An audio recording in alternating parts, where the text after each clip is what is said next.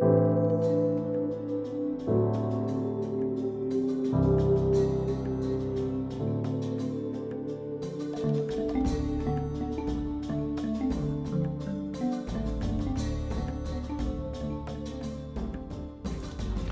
I'm Adam Abraham. When I began a new introduction into the nature of water some years ago, I'll say this, it was full of surprises, wonderful surprises. And as it turned out, it's full of science, wonderful science that even today is not that well known.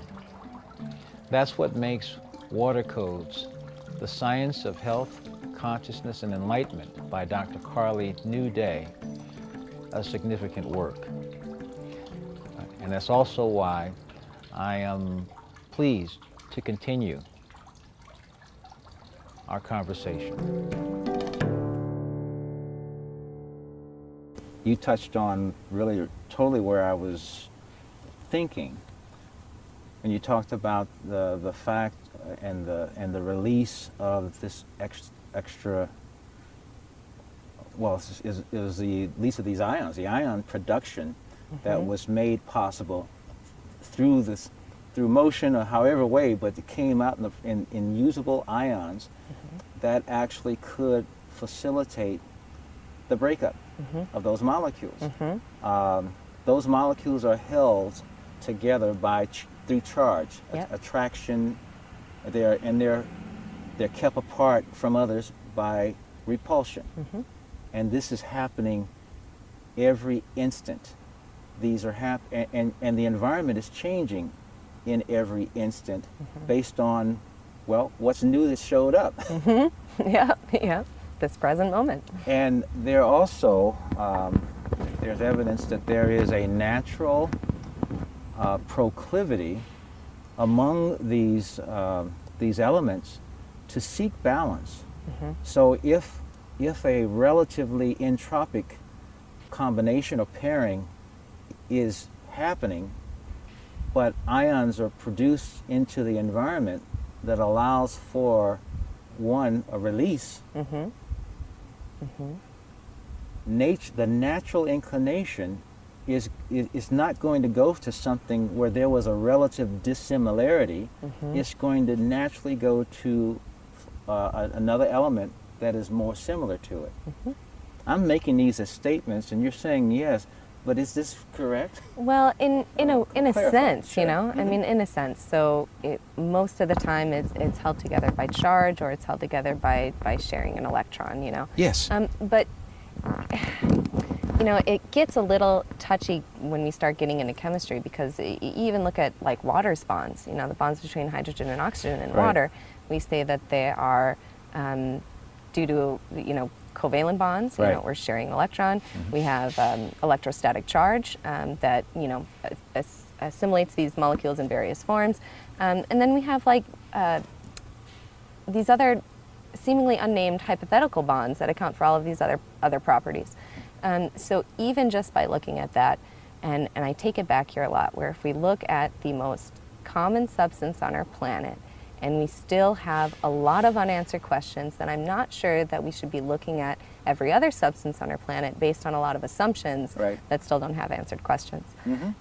So from my perspective, we have pairings that come together seeking balance, so they can be in a balanced state. And we see that throughout, you know, every element. I mean, when we have elements that are in an unbalanced state, they go around trying to get another electron. They want to be balanced, you know.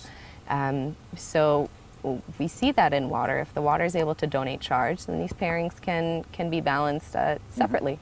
This would also explain how, if you did tests, at least some conventional water tests, before and after, like for total dissolved solids typically, oftentimes you'll see that it will indicate that nothing has changed. Okay, you know, the various elements are still present. Sure, in a parts per million sort of sense. But on the other hand, pairings have changed. Mm-hmm. And so, because we know state has changed. That's right. That's we right. see behavior has changed. Yep. Yep. So even our conventional ways of measurement have to be looked at in a new, with new eyes. I'll just put it that way, with fresh eyes. Absolutely, and even when we're looking at something like total dissolved solids, you know, we're oftentimes getting that in a value of a number that doesn't specify the breakdown of what those total dissolved solids are. So if you're going to look at water that you know, came out of the faucet, you test your parts per million at a certain number of X, and you run it through some type of structuring unit or method, it still has X number of total dissolved solids, but that list that you might have obtained of an actual test of what those dissolved solids are may have changed. We don't know. Right. We don't know, and there's just still too much unanswered, and that's one of the things that I really want to call people to do in the book is start questioning and looking at some of these things. Let's run some of these conventional tests.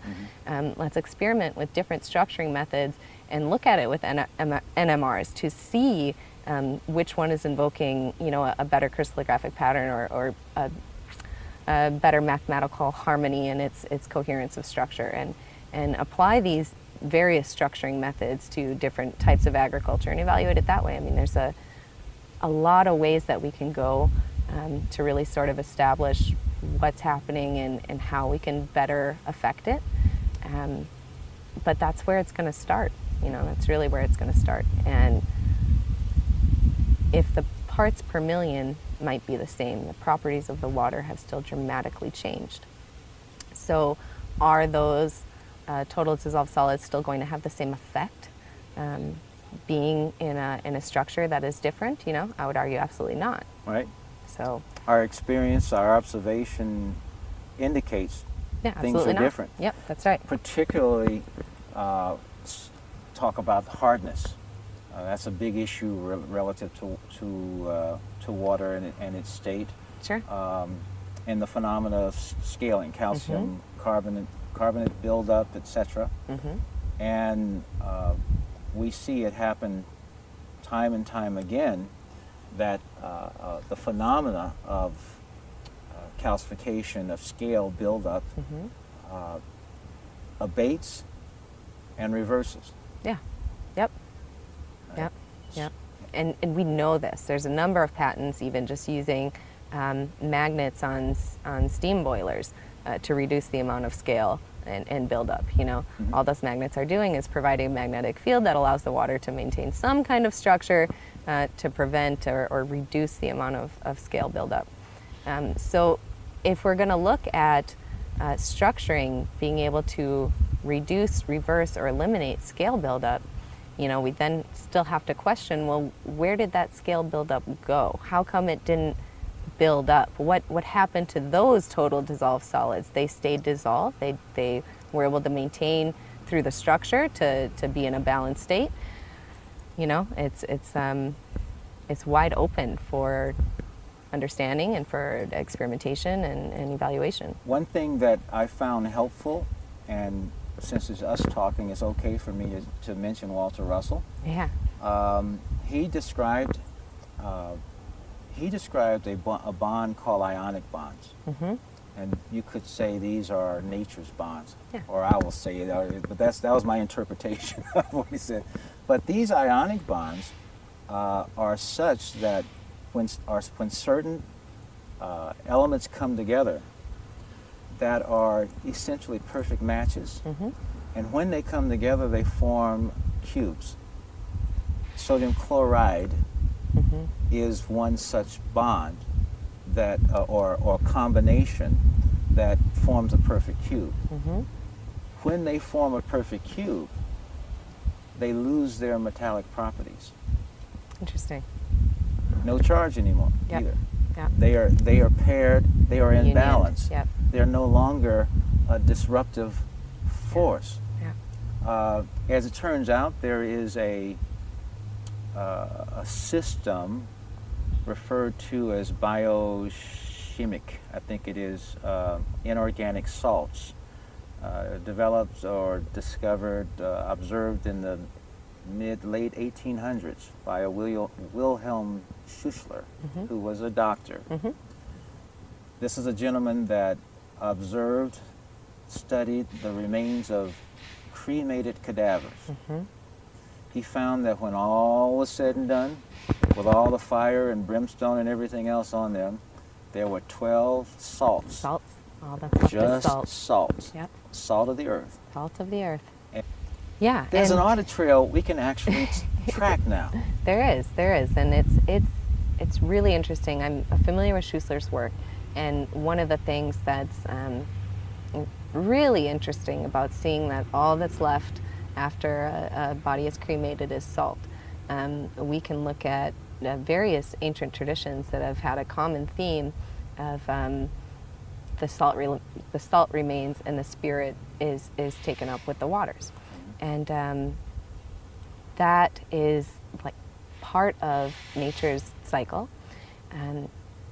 Their theory of the spirit being taken with the waters through the burning process correlates with structured water, a model of consciousness based on structured water, where the information of their spirit, their essence, their consciousness, that structure held in their water, goes back to their spirit, and the salt remains to nourish the earth and provide those 12 salt structures that, and that's of course according to that system. Provide those for nature to incorporate in her fruits that we then take in, that we require for our nutrition. It's interesting too, calcium is an interesting subject. I ran into vitamin K2 a few years ago. I'm not sure if you're familiar. But vitamin K2 and even vitamin B12, which is, a basic requirement of our nervous system, are actually the excrement of a bacteria, so they're more of a probiotic. So if we consider that vitamin K2, which is not the vitamin K responsible for blood clotting, but it's actually the vitamin K that's responsible for putting calcium in the right place in the body, and it's sort of like the traffic cop for calcium, if you will. But it's not on drugs, it's not abusive, is it? No, okay, no. Just checking. Vitamin K2 is a natural, yeah, exactly. And it's not fearing for its life, so it ain't shooting anything. No, okay. no. Just want to know. It's the hall monitor in the body for calcium. So when we find that the body has enough vitamin K2, it's able to keep calcium in the right place, keep it out of the wrong places. We find with vitamin B12, we're deficient in vitamin B12, our nervous system is a lot more susceptible to interference and disruption. Obviously, at the core of my work is structured water science. But on top of those things, I also understand that